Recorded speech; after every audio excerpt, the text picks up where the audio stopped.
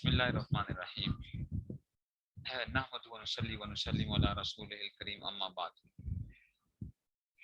جناب اب آگے جی روح صوم آ گئی، تیسری روح آ گئی ہے جس میں ہم نے یہ پڑھنا ہے کہ جناب کیا ہوتا ہے کہ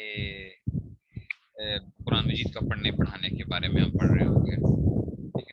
قرآن مجید کا پڑھنا پڑھانا جو ہے وہ کیسے جو ہے تو اس میں سے ہم پڑھنے لگے ہیں. قرآن مجید کا پڑھنا پڑھانا.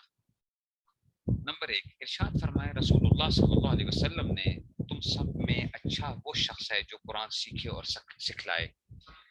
قرآن سیکھے اور سکھلائے تو یہ کیا ہے؟ اس کا مطلب ہے قرآن مجید کے سکھلانا یہ کیا ہے؟ سب سے اچھا جو ہے، سب سے اچھی جاب کون سی ہے؟ قرآن مجید پڑھنے اور پڑھانے کی جاب جو ہے، یہ سمجھ لیں آپ سب سے اچھی جو ہے. اب اس میں سب چیزیں آ گئی، جو قاری صاحب بھی آ گئے اور کیا ہو گئے، جو آپ کو ترجمہ سکھاتا ہے، صرف ناو پڑھاتا ہے، کوئی اور جو ہے جو قرآن مجید کو سکھلانے کے لیے آپ کو کر رہے ہیں، وہ سب کے سب اس میں شامل آ جائیں گے. ٹھیک ہے نا، وہ سب کے سب جو ہے اس میں شامل ہو جائیں گے جو قرآن مجید کے سکھانے کے اندر سے.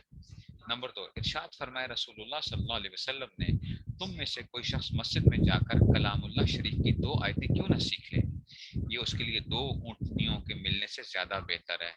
اور عربوں کے اندر اونٹنیاں سمجھ لیں 2 پجیرو ہیں. اچھا 2 پجیرو، ٹھیک ہے نا، 2 لینڈ کروزرز یوں سمجھ لیں کہ جناب اس میں سے تو کہتے ہیں کہ جناب یہ اس کے لیے کیا ہے، 2 اونٹنیوں کے ملنے سے زیادہ بہتر ہے. اور 3 آیتیں 3 اونٹنیوں سے، اور 4 آیتیں 4 اونٹنیوں سے زیادہ بہتر ہیں. اور ان کی گنتی کے جتنے اونٹ ہوں سب سے وہ 2 آیتیں بہتر ہیں. ٹھیک ہے نا، اور ان کی گنتی کے جتنے اونٹ ہوں ان سب سے وہ آیتیں بہتر ہیں. مثال کے 100 اونٹ ہیں، 100 آیتیں سکھا دی تو 100 آیتیں کیا ہوں گی؟ 100 اونٹنیوں سے بہتر ہوں گے. اس میں سے فائدہ اس کی وجہ ظاہر ہے کہ اونٹ تو دنیا ہی میں کام آتے ہیں اور یہ آیتیں دونوں جہان میں کام آتی ہیں. اور اونٹ کا نام مثال کے طور پہ لیا ہے کیونکہ عرب اونٹوں کو بہت چاہتے تھے، ورنہ ایک آیت کے مقابلے میں ساری دنیا کی بھی کوئی حقیقت نہیں. میرے خیال سے معلوم ہوگا کسی نے پورا قرآن بھی نہ پڑھا ہو، تھوڑا ہی پڑھا اس کو بھی بڑی نعمت حاصل ہو گئی. اور یہ میں آپ کو بتاتا بھی رہتا ہوں، حضرت صوفی صاحب رحمۃ اللہ علیہ بھی اور مفتی صاحب رحمۃ اللہ علیہ بھی پڑھا کرتے تھے یہ بہت زیادہ. کہ جی ایک دیہاتی حضرت سلیمان علیہ السلام جو تھے وہ جا رہے تھے، ایک روایت کے مطابق کیا ہوتا تھا، 3 لاکھ کرسیاں اس پہ لگی تھی، 1.5 لاکھ جنات کی، 1.5 لاکھ انسانوں کی. تخت تھا، اڑتا تھا تخت جو ہے، ٹھیک ہے نا. ایک روایت کے مطابق 1.5 لاکھ تھا، ایک کے مطابق 3 لاکھ ہے. تو اس کے اندر کیا تھا کہ حضرت سلیمان علیہ السلام اس طرح جا رہے تھے، اور جب جا رہے تھے تو ہوا یہ کہ ایک دیہاتی نے نیچے سے دیکھا اور دیہاتی نے کہا کہ سبحان اللہ ماذا اوتی آل داؤد، آل داؤد کو کیا کچھ مل گیا. سبحان اللہ ماذا اوتی آل داؤد، آل داؤد کو کیا کچھ مل گیا.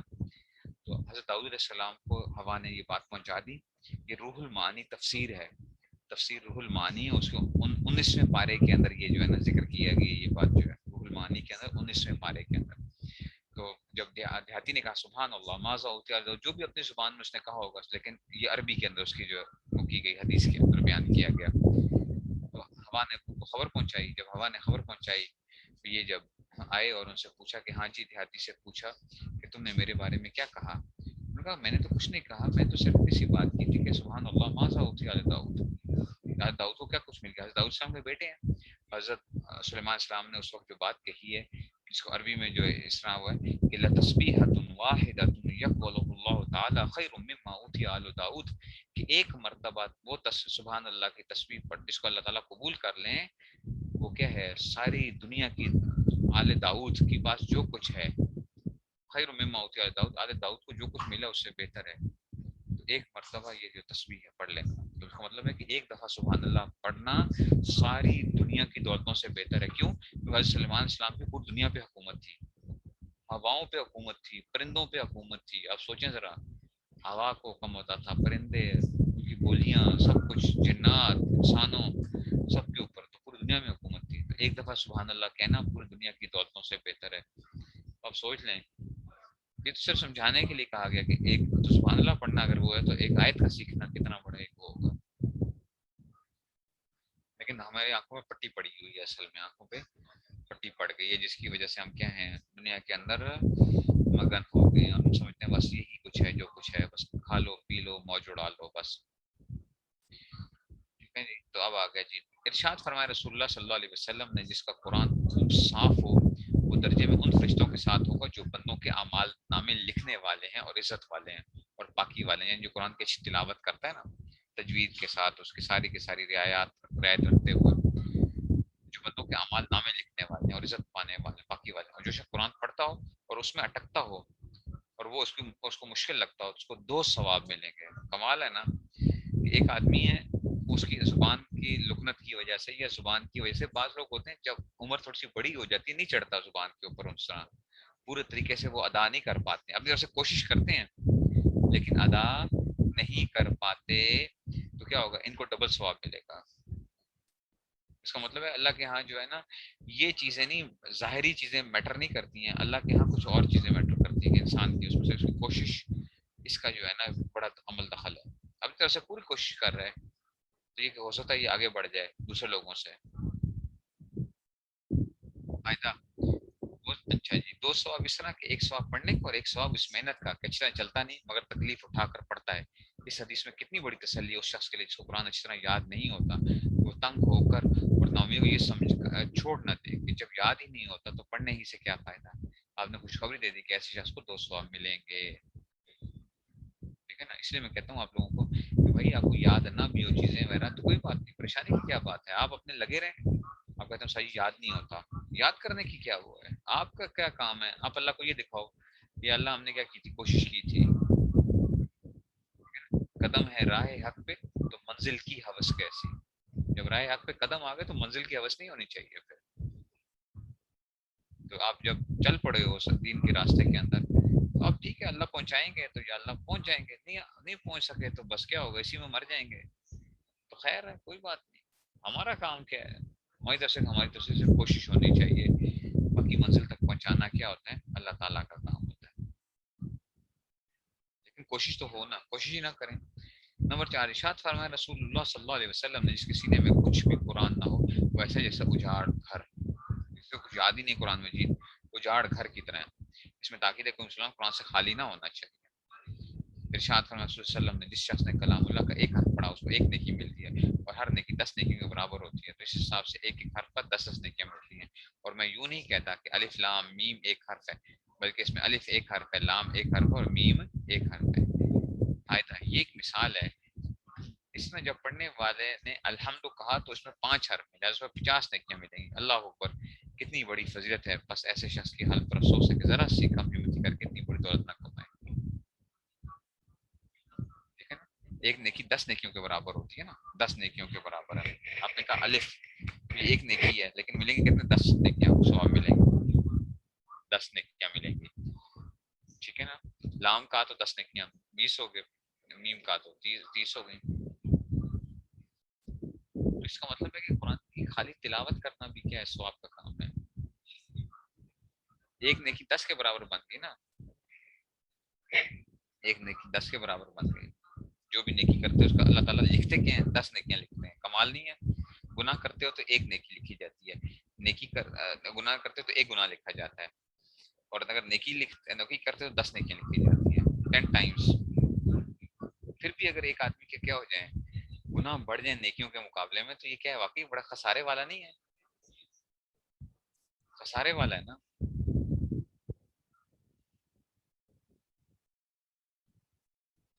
1 نیکی کیا ہے, ساری دنیا کی دولتوں سے بڑھ کر ہے. 1 نیکی کیا ہے, ساری دنیا کی دولتوں سے بہتر ہے.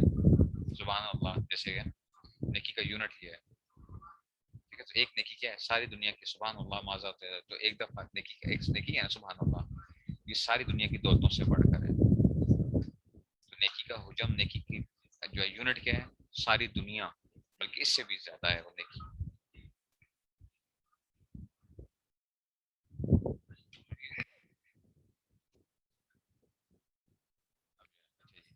ارشاد فرمائے رسول اللہ صلی اللہ علیہ وسلم نے, غلط ہے نا, آپ جس کو رٹا توتا بھی کہتے ہیں. الف لام میم کا معنی بتائیں نا, کوئی بات, کوئی مجھے بتائے الف لام میم کا معنی کیا ہے. اس نے کیا کہا ہے, الف لام میم, مثال بھی دیکھیں کیا دی ہے, الف لام میم کی دی ہے, مثال بھی الف لام میم کی دی ہے. الف لام میم کیا ہے, تو الف لام میم کا معنی کیا ہے, اس کا مطلب ہے معنی کے بغیر بھی تلاوت کیا ہے, فائدہ مند ہے. ماننا اس کے بغیر بھی ہے، لیکن یہ ہے کہ کوشش بھی کرنی چاہیے کہ بندہ سیکھے بھی اس میں سے.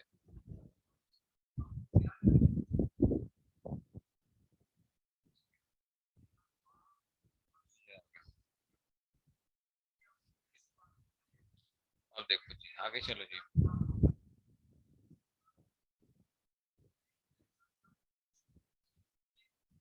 اچھا جی، ارشاد فرمایا رسول اللہ صلی اللہ علیہ وسلم نے جس نے قرآن پڑھا اور اس کے حکموں پر عمل کیا، اس کے ماں باپ کو قیامت کے دن ایسا تاج پہنایا جاوے گا جس کی روشنی آفتاب کی اس روشنی سے بھی زیادہ خوبصورت ہوگی جو دنیا کے گھروں میں اس حالت ہو کہ آفتاب ان لوگوں میں آ جاوے. یعنی کہ مطلب اگر گھروں میں آفتاب آ جائے تو کتنی روشنی ہو جائے گی. ابھی 9 کروڑ میل دور ہے ہم سے، ابھی ہم سے کتنا دور ہے؟ 9 کروڑ میل دور ہے آفتاب جو ہے، سورج 9 کروڑ میل.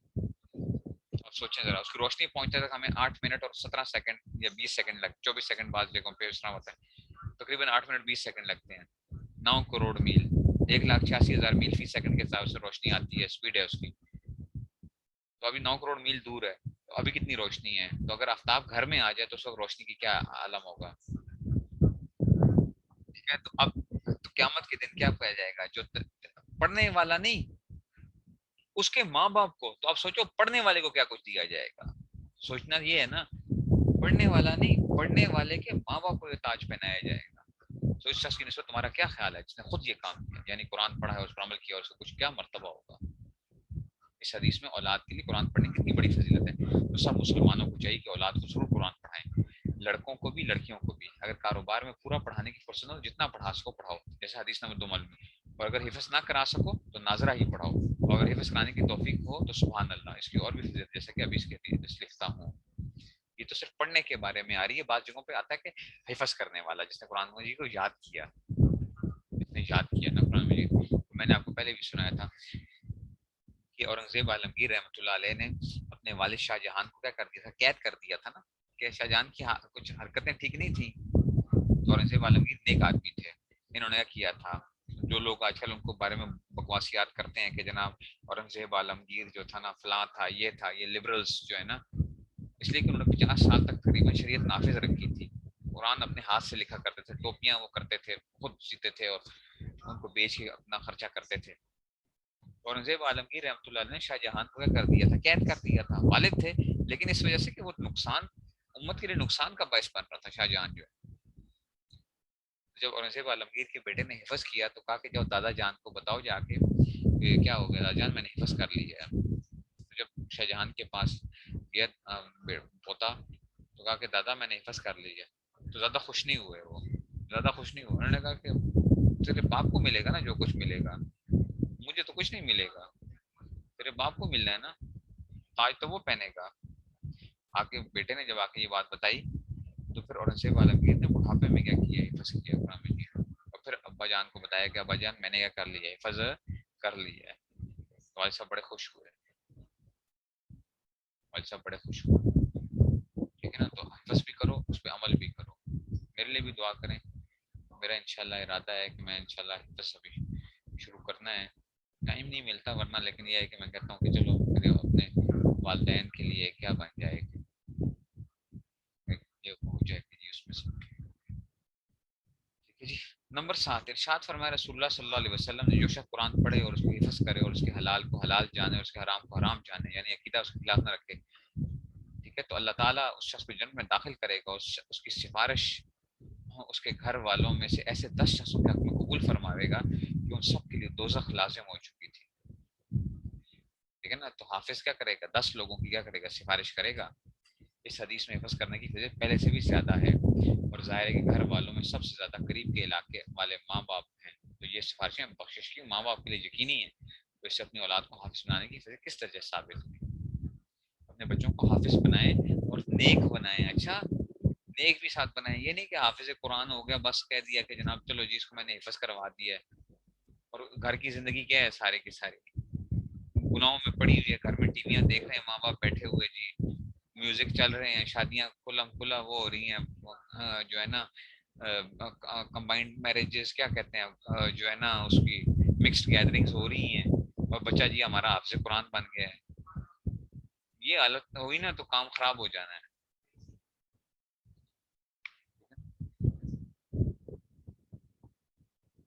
ٹھیک ہے نا, تو یہ حالت ہوئی تو یہ بڑا کام خراب ہے. تو لوگ یا تو کراتے نہیں ہیں, بچوں کو پڑھاتے نہیں ہیں, یا پڑھاتے ہیں تو کہتے ہیں چلو جی حفظ کر لو جا کے. ہمیں پتہ ہے نا, ہمارے پاس آتے ہیں یہاں پہ, آتے ہیں حفظ کر کے چلے جاتے ہیں, پھر وہ دنیاوی لائنوں کے اندر لگے ہوئے ہوتے ہیں. وہ کوئی فلاں میں نام نہیں رہتا یونیورسٹیوں کے, ایک فلاں یونیورسٹی میں, دوسری یونیورسٹی میں, بڑی بڑی لاہور کی جو ہے بڑی بڑی ٹاپ یونیورسٹیز میں بیٹھے ہوئے پتہ نہیں کیا کیا حرکتیں کر رہے ہوتے ہیں. اور مجھے ملتے ہیں بعض دفعہ, ہم نے جامعہ اشرفیہ سے حفظ کیا تھا جی, بہت اچھا جی, جامعہ اشرفیہ سے آپ نے حفظ کیا تھا, اب آپ کی حرکتیں کیا ہیں. تو جو ہے نا, اس لیے ان کی زندگی کو اگر ان کی وہ کرنے تو ماں باپ کو خود اپنی زندگی کا کرنا پڑتا ہے, تبدیل کرنا پڑتا ہے. صرف حفظ کرانا مقصد نہیں ہے.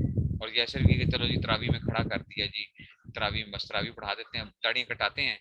تراویح جب آتی ہے تو کیا کرتے ہیں, رمضان کے اندر, رمضان سے 1 مہینہ پہلے وہ کر دیتے ہیں جی, داڑیاں جو ہے نا تھوڑی سی چھوڑ دیتے ہیں داڑھی کو, تاکہ لمبی ہو جائے داڑھی جو ہے, یہ کرتے ہیں. پھر اس میں جی گھر والوں کو, ماں باپ بھی خوش ہو رہے ہیں. وہ بہت جی ہمارے بچے نے قرآن سنایا ہے, ہمارے بچے نے قرآن سنایا ہے. بچے نے قرآن سنایا تو ہے, لیکن بچے کی داڑھی کو دیکھیں تو صحیح کہ اس کی حرکت کیا ہے داڑھی کی. تو ایسا نہیں ہوتا, آپ کو اپنی زندگی کیا کرنی پڑتی ہے, پھر تبدیل کرنی پڑتی ہے. اس سے باہر نکل آئیں. یہ جو ہے نا, ہم جو منافقت کی زندگیاں گزار رہے ہیں نا, دو رنگی کی زندگیاں جو ہیں, اس سے باہر نکلیے. دو رنگی چھوڑ دے, یک رنگ ہو جا, سراسر موم ہو جا یا سنگ ہو جا. یا تو موم بن جائیں یا سنگ بن جائیں, پتھر بن جائیں. یہ جو ہے نا, یہ ادھر بھی رحمان بھی خوش تو شیطان بھی خوش جو ہے, دونوں طرف جو ہے نا, دونوں طرف کے کام جو ہے نا, تو حفظ کروا دیتے ہیں, رحمان خوش ہو گیا, چلو جی اب ہو گئے. اور بچے کو دنیا کی لائنوں میں لگا دو, بچہ دیکھ مولوی بن کے نا تجھے کچھ نہیں ملے گا, کھانے پینے کو بھی کچھ نہیں ہوگا, بڑے حالات خراب ہوں گے. حفظ تجھے کروا دیا ہے نا, اب جنت کا تاج تو ہمیں مل گیا ہے, اب دنیا کرنی ہے, دنیا کمانی ہے, اور دنیا کمانے کے لیے پھر ایسے ہی کرنا پڑے گا. اب وہ بچہ کیا ہو جائے گا, دیکھے گا دنیا کو, کہے گا ٹھیک ہے دنیا کمانی ہے, تو پھر مجھے وہ دنیا کے رنگ میں آنا پڑے گا. while in Rome do as the Romans do.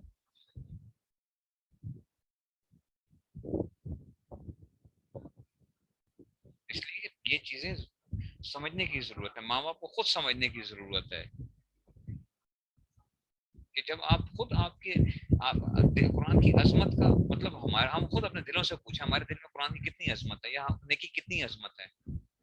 ہم سمجھتے ہیں جب ہم بچے کو مولوی بنا دیا تو کھائے گا کہاں سے, تو ٹھیک ہے مولوی بنا کے جو ہے اس میں سے لوگ کروڑوں روپیہ مدارس کو آ کے دے جاتے ہیں, لیکن بچے کو مولوی نہیں بناتے ہیں. کروڑوں روپیہ مدرسوں میں دے دیتے ہیں, لیکن بچوں کو مولوی نہیں بناتے ہیں. اس کا مطلب یہ ہے کہ ان کے دلوں کے اندر واقعی عظمت نہیں ہے, علم کی عظمت نہیں ہے, قرآن کی عظمت نہیں ہے ان کے. وہ صرف اپنے آپ کو دل کو خوش کر رہے ہوتے ہیں کہ نا انہیں پیسہ دے دیے نا, پیسہ جو ہم نے دے دیا,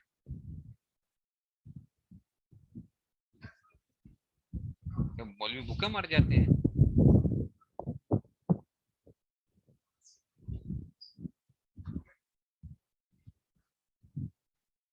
اس لیے جو ہے یہ اپنی اس میں سے وہ رکھیں کہ جی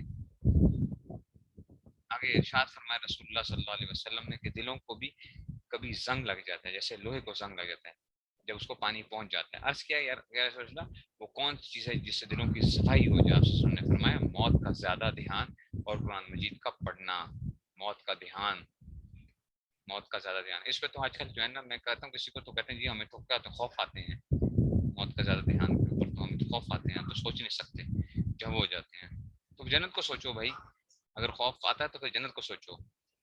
قرآن مجید کا پڑھنا.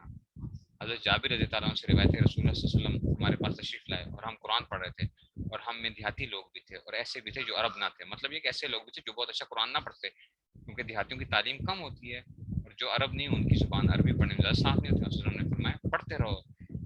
اچھا جی, سب, اچھا جی, سب خاصے ہیں. یعنی اگر بہت اچھا نہ پڑھ سکو تو دل, اچھا جی, دل تھوڑا نہ کرو, اور اچھا پڑھنے والے بھی ان کو حقیر نہ سمجھے. اللہ تعالیٰ دل کو دیکھتا ہے, یعنی سب کے سب کے ہیں اللہ کے یہاں. اس سے معلوم ہو کہ یہ خیال نہ کرے ہماری زبان صاف نہیں, یا ہماری عمر زیادہ ہوگی اب اچھا نہ پڑھا جائے گا تو ہم کو ثواب کیا ملے گا, یا شاید گناہ ہو, یا دیکھو رسول صلی اللہ علیہ وسلم نے سب کو کیسی تسلی فرما دی اور سب کو پڑھنے کا حکم دیا. بعض لوگ ایسے ہوتے ہیں کہ جو کہ کیا ہوتے ہیں صحیح نہیں پڑھ پاتے ہیں، لیکن کیا ہے اللہ کے ہاں ان چیزوں کی وہ نہیں ہوتی. کوشش کر رہا ہے ایک آدمی اور نہیں کر پا رہا تو انشاءاللہ جو ہے اللہ کے ہاں کیا پہنچ جائے گا، وہ بہت بہت سو سے آگے نکل جائے گا، بہت سو سے آگے نکل جائے گا. نمبر 10 ارشاد فرمایا رسول صلی اللہ علیہ وسلم نے جو شخص قرآن کی ایک آیت ٹھیک ہے نا ایک سننے کے لیے بھی کان لگا دے، اس کے لیے ایسی نیکی لکھی جاتی ہے جو بڑھتی چلی جاتی ہے. اس بڑھنے کی کوئی حد نہیں بتائی. خدا تعالیٰ سے امید ہے کہ بڑھنے کی کوئی حد نہ ہوگی، بے انتہا بڑھتی چلی جائے گی. اور جو اس آیت کو پڑھے وہ آیت اس شخص کے لیے قیامت کے دن نور ہوگا، جو اس نیکی کے پڑھنے سے بھی زیادہ ہوگا. جو پڑھے گا تو کیا خاصے سے مراد کیا آگے کی جناب علی کیا ہیں؟ سب اللہ کے ہاں کیا ہیں؟ اچھے ہیں. سب اللہ کے ہاں کیا ہیں؟ ٹھیک ہے نا، خاصے ہیں. سب اللہ کے ہاں اچھے ہیں. یہ نہیں ہے کہ اللہ کے ہاں کوئی ایک جو ہے نا اس میں سے آ گیا. اس لیے کسی کو حقیر بھی نہیں جاننا، کبھی بھی کبھی بھی کسی کو حقیر نہ جاننا. آپ کو اچھا یہ کیسے پڑھتے ہیں جناب فلاں کیا ہے اس میں سے، کیونکہ کوئی پتہ نہیں ہے کہ وہ اللہ کے ہاں اس کے کیا وہ دیکھیے. ارشاد صلی اللہ علیہ وسلم نے قرآن پڑھا کرو کیونکہ وہ قیامت کے روز اپنے پڑھنے والے سفارشی بن کر آئے گا اور ان کو بخشوا دے گا. ارشاد فرمایا رسول صلی اللہ علیہ وسلم نے قرآن کا پڑھنے والا قیامت کے روز آئے گا، قرآن یوں کہے گا اے پروردگار اس کو جوڑا پہنا دیجیے، بس اس کو عزت کا تاج پہنا دیا جائے گا. پھر کہے گا اے پروردگار اور زیادہ پہنا دیجیے، بس اس کو عزت کا جوڑا پہنا دیا جائے گا. پھر کہے گا اے پروردگار اس سے خوش ہو جائیے، بس اللہ تعالیٰ اس سے خوش ہو جائے گا. پھر اسے کہا جائے گا قرآن پڑھتا جا اور درجوں پر چڑھتا جا اور ہر آیت کے بدلے ایک ایک نیکی بڑھتی جاوے گی. اس پڑھنے اور اچھا جی اس پڑھنے اور چڑھنے کی تفصیل ایک اور حدیث میں یہ کہ جس طرح سنبھال سنبھال کر دنیا میں پڑھتا تھا اور اس طرح پڑھتا ہوا اور چڑھتا ہوا چلا جا، جو آیت پڑھنے میں اخیر ہوگی وہیں تیرے رہنے کا گھر ہے. سوچیں ذرا جتنی قرآن پڑھا ہوا ہوگا تو اتنی تم کیا کرو اونچے درجوں پہ.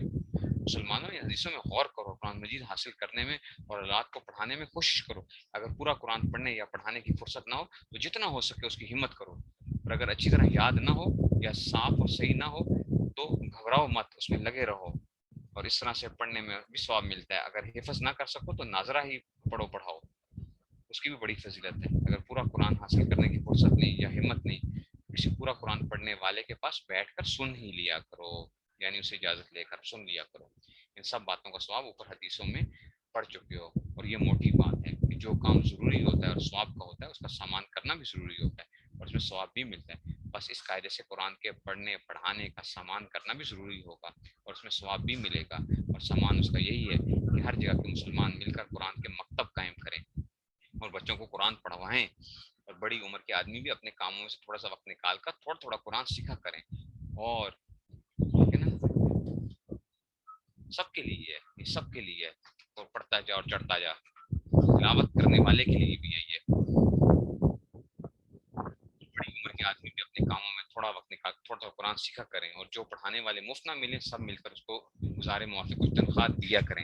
اس طرح جو بچے اپنے گھر سے غریب اس لیے زیادہ قرآن نہ پڑھ سکیں ان کے کھانے کپڑے کا بندوبست کر دیا کریں اور وہ اطمینان سے قرآن مجید ختم کر سکیں. اور جو لڑکے جتنا قرآن پڑھتے جائیں اپنے گھر جا کر عورتوں لڑکیوں کو بھی پڑھا دیا کریں. اس طرح سے گھر کے سب مرد اور عورتیں قرآن پڑھ لیں گے. اگر کوئی سپارے میں نہ پڑھ سکے تو زبانی کچھ صورتیں یاد کر لے. اور قرآن کی کچھ اور حقوق بھی ہیں. یہ جو ہے اس میں سے جناب علی تھوڑا تھوڑا تھوڑا تھوڑا کر کے بندہ کرتا رہے اور مکتب قائم کرنے چاہیے. آج کل دیکھیں ذرا کیا حالات کے ہیں قرآن مجید کے بارے میں.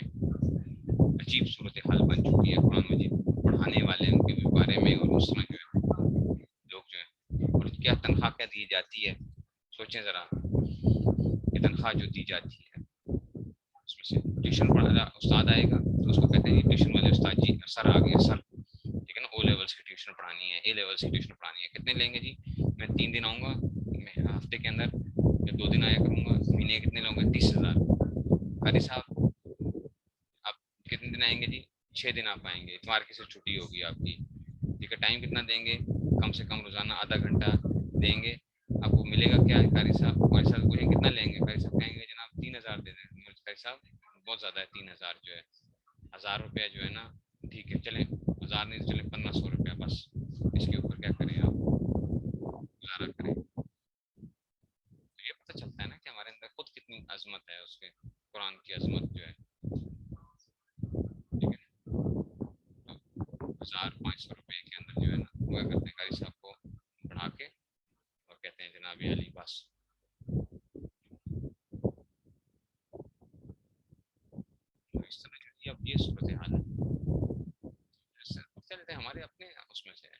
غلطی ہمارے اپنے اندر ہے نا، غلطی تو ہمارے اندر ہے.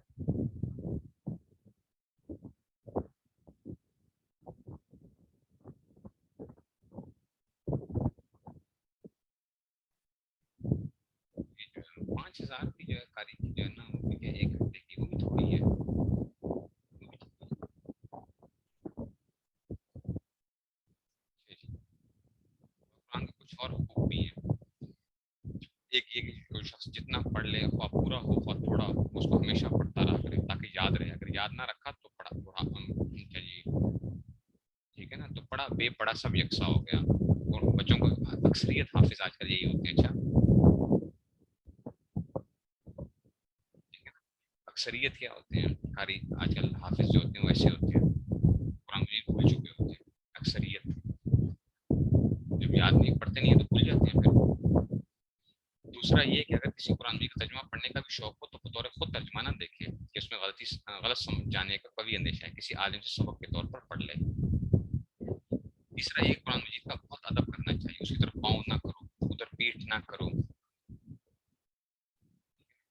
اور اس سے اونچی جگہ پر مت بیٹھو، اس کو زمین یا فرش پر مت رکھو بلکہ رحل یا تکیے پر رکھو. قرآن مجید کو جو ہے رحل یا تکیے پر رکھا جائے اور پھر بیٹھو.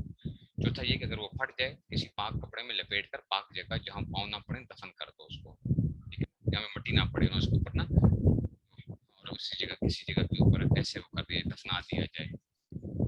اس طرح جو ہے پاک کپڑے کے اندر جو ہے. پانچواں یہ کہ جب قرآن پڑھا کرو یہ دھیان رکھا کرو کہ ہم اللہ تعالیٰ سے باتیں کر رہے ہیں، پھر دیکھنا یہ دل پر کیسی روشنی ہوتی ہے.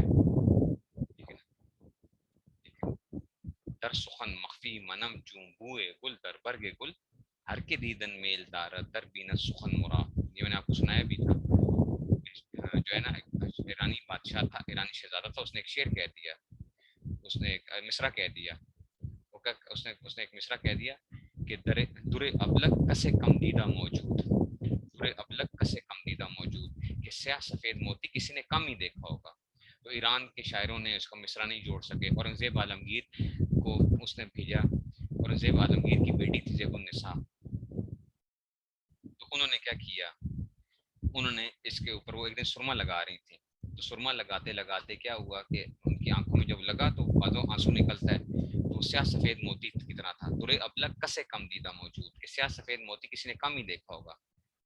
ٹھیک ہے، تو اس کی فوراً ایک فل بدی اس سے نکلا، مگر اشک بتا سرما آلود، کہ محبوب کی آنکھ سے جو سرمے کے جو آنسو جو ہوتا ہے نا، جو نکلتا ہے اشک بتا، کہ جو اشک نکلتا ہے جو آنسو ہوتا ہے وہ کیا ہوتا ہے، سرما آلود ہوتا ہے. تو جب یہ مصرع گیا وہاں پر تو اب جی ایرانی شاعروں نے کہا کہ جناب یہ تو بڑا شاعر ہے کوئی، اس کو بھیجو ہمارے پاس. تو اورنگزیب عالمگیر نے اپنی بیٹی کو کہا کہ چلو اب جاؤ تم جو ہے تم جو شاعری کرتی ہو. میں نے کہا نہیں نہیں مجھے جانے کی ضرورت نہیں ہے، میرا شعر بس جائے گا، پتہ چل جائے گا سارا کا سارا. ان کا کیا، در سخن مخفی منم چون بوئے گل در برگ گل، ہر کے دیدن میل دار در بینا سخن مرا، کہ میں اپنے کلام میں چھپی ہوئی ہوں جیسے کہ پھول کی خوشبو پھول میں چھپی ہوئی ہوتی ہے. ہر کے دیدن میل دار، جو مجھ سے ملاقات چاہتا ہے وہ میرے کلام کو پڑھ لے، مجھ سے ملاقات ہو جائے گی. تو علماء نے کہا کہ یہ کیا آتی ہے، گویا کہ یہ کیا ہے، اللہ تعالیٰ فرما رہے ہیں انسان سے کہ ہم کہتے ہیں نا اللہ سے ملاقات کرنی ہے.